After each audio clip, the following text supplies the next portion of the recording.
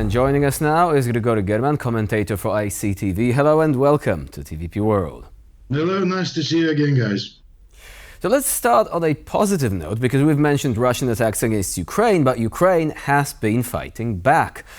Can you tell us more about the latest successes? Because they seem to be causing Russians to be very nervous, to say the least, especially in Crimea. Yeah, of course. In fact, we are now ready.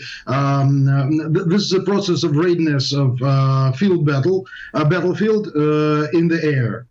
We are waiting for our new jet planes. As you know, we're waiting for it about a year, and I think and I believe we are in the finish line, near the finish line of this process. And of course, we are ready air battlefield for this new jet fighters, and we are destroying the anti-aircraft systems in the Crimea and communication systems in the Crimea, and etc., etc., etc. And of course, as you know, we hit only in military infrastructure.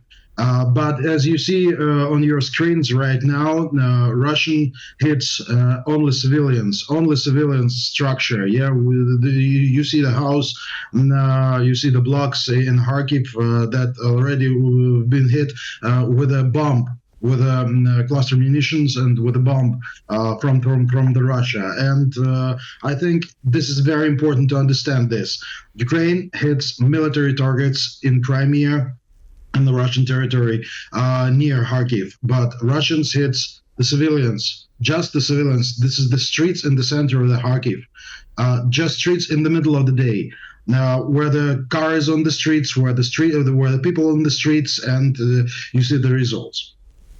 Right, and indeed, Russians do target civilian infrastructure. We've seen also when people were lining up for bringing in humanitarian aid and waiting for humanitarian aid, and Russians particularly like those kind of gatherings. So that's definitely a main difference, I feel like, if one of many between what Ukraine is doing to protect itself and defend itself and Russia attacking it. Now, I would love to come back to the issue of blackouts. So what is the current status of Ukraine's energy grid after now the recent attacks? We have it's not a blackout because blackouts there is no electricity in all countries. Yeah, but this is not a blackout. But we have the lack of electricity and about 4 or 5 hours in a day, and we don't have electricity. But of course, in the autumn, the situation will be harder, much harder, because we have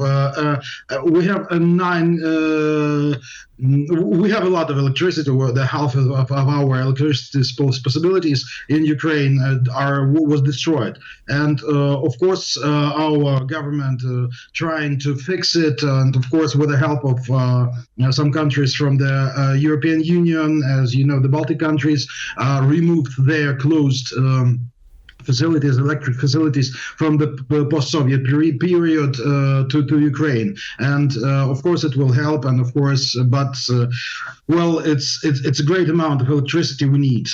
So actually, people in Ukraine ready. Yeah, for me, we have power banks. Yes, a lot of power banks here in Ukraine, and we have light strips, as you see. Now we mount on our walls. This is it has a power from the power bank, and we're ready. Yeah, we're quite ready. So, of course, the situation on the ground continues to change. Like every single day, we hear about more Russian war crimes, and the general sense of dread among people living near the borders, in areas which are constantly being shelled.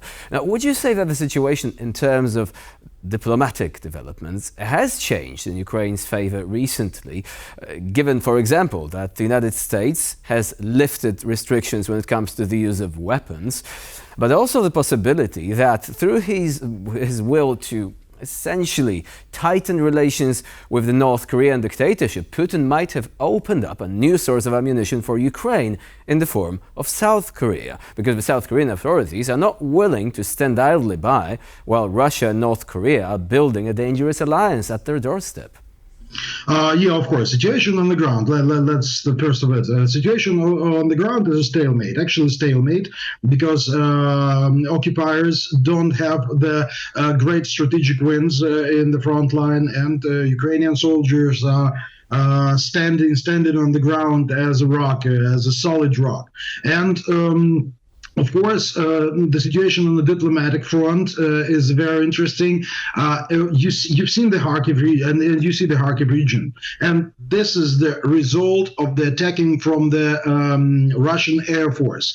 And we should hit these airplanes that bring these bombs on the airfields in the deep of the Russian territory. So. Of course, we have the permission from the United States, but we need permission to hit deeper targets on the Russian territories, and I believe we're working on it. And the United States working on it, so the Kharkiv and the border region of Ukraine near Russian border won't be safe without this permission to hit the airfields in the deep of Russian territory.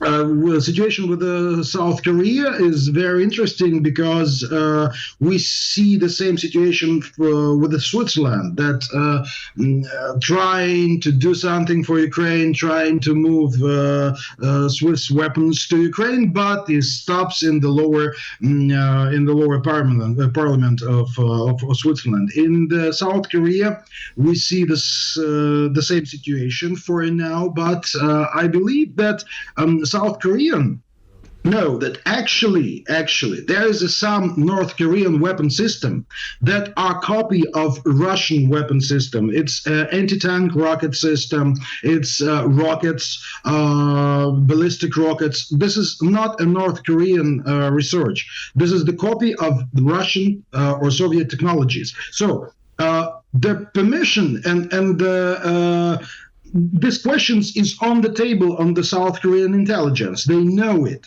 So when they make the decision, from now we can give the weapon to Ukrainians, they have all the evidences. Certainly. Grigory German was our guest today. Thank you so much for your insights on the situation in Ukraine. Thank you.